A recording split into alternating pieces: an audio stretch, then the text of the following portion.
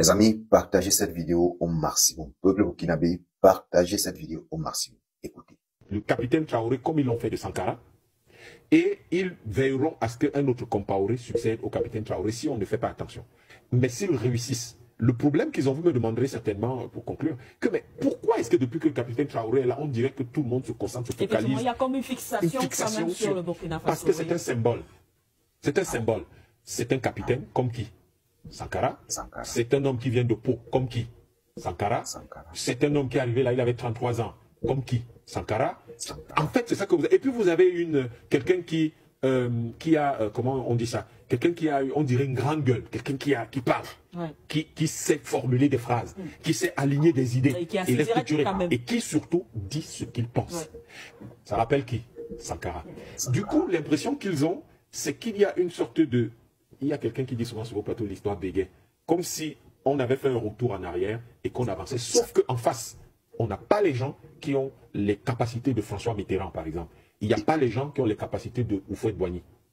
Et donc, ça crée une panique beaucoup plus grande, où on se dit, avant, on avait des gens capables d'arrêter Sankara. Aujourd'hui, on a, en face, il n'y a personne vraiment.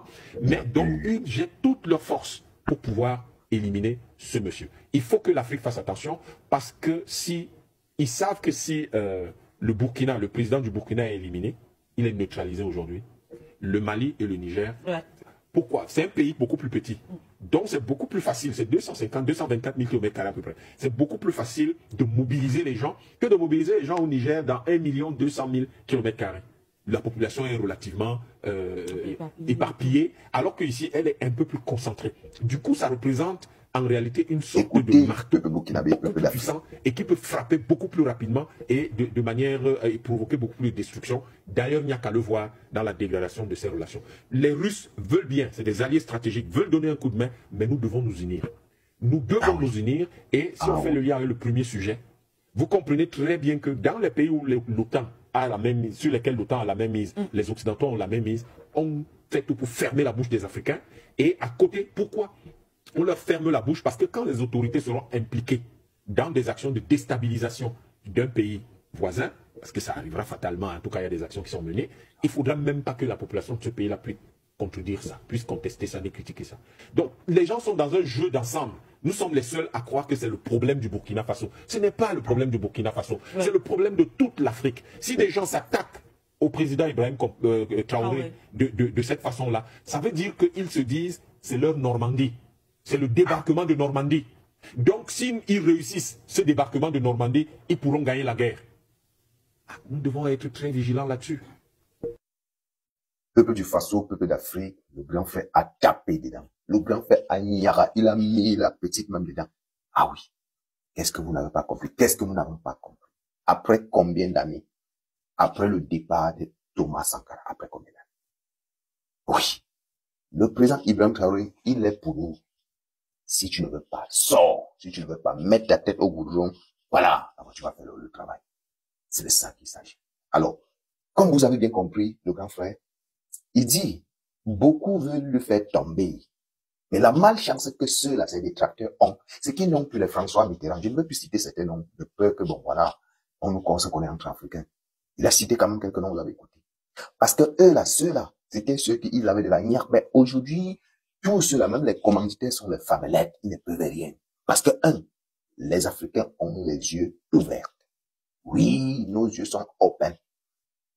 Ce n'est plus comme avant. Le président Ibrahim Traoré, vous ne pouvez plus la voir facilement comme dans le passé. Vous avez vu les Kadhafi et bien d'autres leaders panafricains. Non, c'est mort. C'est pourquoi je lance encore un message au peuple de ce président-là qui ont l'intention de vouloir encore, ou bien qui a encore signé à la CEDEAO, qui doit ramener l'AES dans ce pourri CEDEAO-là. Parce que la CEDEAO, comme le président Ibrahim Traoré a dit, ce sont des personnes sans âme. Ce sont des personnes sans personnalité. Que ce peuple-là dit à vous, le président et le premier ministre, que l'AES ne doit plus rentrer dans cette forfaiture-là. Ils ont dit, niet, firearm. Ils ont dit, c'est fini. C'est fini. C'est fini. Allez dire ça là-bas. C'est fini. Vous avez en face de vous un Poutine. Et je vais vous dire quelque chose. Ibrahim Traoré, c'est notre Poutine de l'Afrique. Je vous répète, Ibrahim Traoré, c'est notre Poutine de l'Afrique. Le président Assimi Goïta et le président Tchani, c'est notre Kim Jong-un. Il dit c'est notre Kim Jong-un. Parce que Kim Jong-un, même sa famille, quand tu blagues, il te jette au sol. Les deux là sont notre Kim Jong-un. Et notre Poutine, c'est le président Ibrahim Traoré. Que si ça t'énerve beaucoup, va mettre ta tête là au boudon. Alors tu vas faire l'affaire. En tout cas, les amis, dites-moi ce que vous pensez. C'est l'Afrique qui gagne. Fier d'être africain. Et ça ne bouge pas. Partagez cette vidéo au max, les amis.